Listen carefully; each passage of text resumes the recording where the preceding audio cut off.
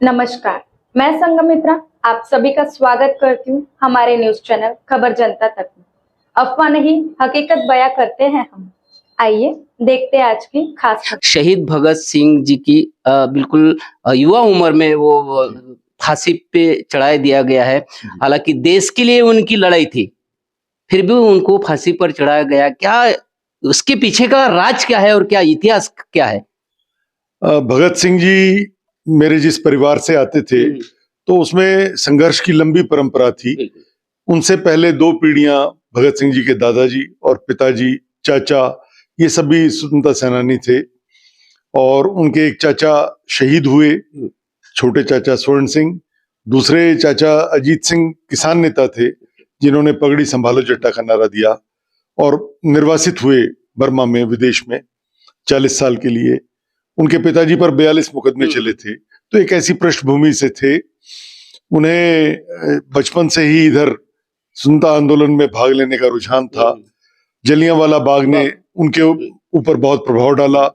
वो क्रांतिकारी दल में शामिल हुए और बाद में हिंदुस्तान सोशलिस्ट रिपब्लिकन एसोसिएशन में चंद्रशेखर आजाद और रामप्रसाद बिस्मिल, अशफाक उल्लाह खां इनके संपर्क में आए और उन्होंने देश की आजादी के लिए जो काम किया, सोई हुई कौम को जगाने के लिए किया। उनका मानना था कि बम और पिस्तौल से क्रांति नहीं आती, क्रांति की तलवार विचारों की सान पे तेज होती है। लेकिन इतिहास में कुछ क्षण ऐसे आते हैं जब देश के अपमान का बदला लेने के लिए उन्हें सांड्रस से बदला लेना पड़ा, लाला लाजपत राय की मौत का।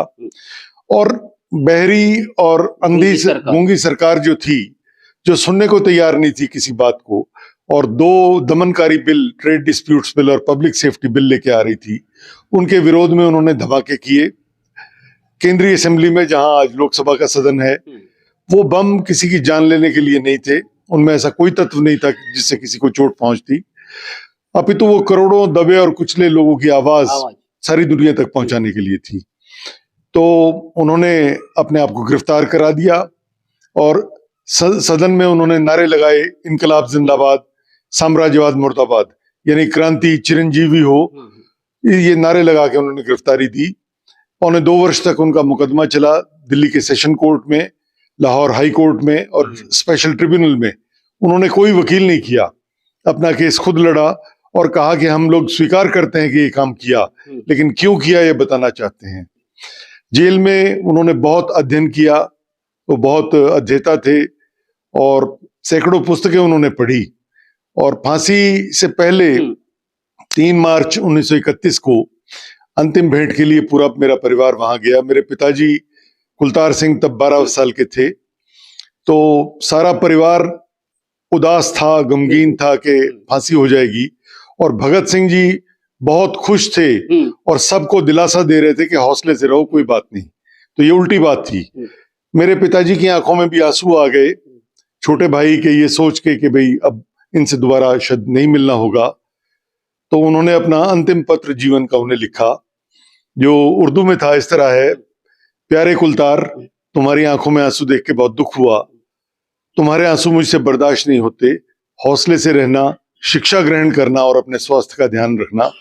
और फिर उर्दू में कुछ शेर लिखे, मैं आपको मूल रूप और उसका अनुवाद बताता हूँ। उसे फिक्र है हरदम नया तर्जे जफा क्या हो, हमें ये शौक है देखें सितम की इंतहा क्या है।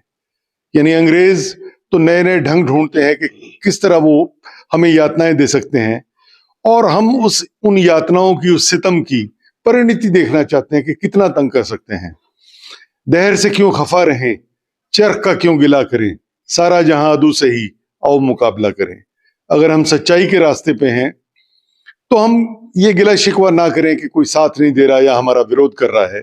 अगर आप सच्चाई के मार्ग पे हो तो पहाड़ जैसी रुकावट से भी टकरा जाओ। और बाद की 4 लाइनें बहुत विशेष हैं। कोई दम का मेहमान हूं अहले महफिल, चिरागे सहरों बुझा चाहता हूं। मैं कुछ क्षणों का मेहमान हूं और सुबह के उस दीपक की तरह हूं जो दिन निकलेगा और दिया बुझ जाएगा। मेरी हवा में रहेगी ख्याल की बिजली, ये मुश्ते खाक है फानी रहे न रहे। ये मानव शरीर तो मुट्ठी भर राख है, रहे या ना रहे कोई फर्क नहीं पड़ता, पर मेरे विचार जिंदा रहेंगे और देश की आने वाली पीढ़ियों को प्रेरणा देंगे। आज भी विचार जिंदा है। ये हमारे साथ और देखते रहिए खबर जनता तक। अफवाह नहीं, हकीकत से रूबरू कराते हैं। लाइक सब्सक्राइब अवश्य करें। धन्यवाद।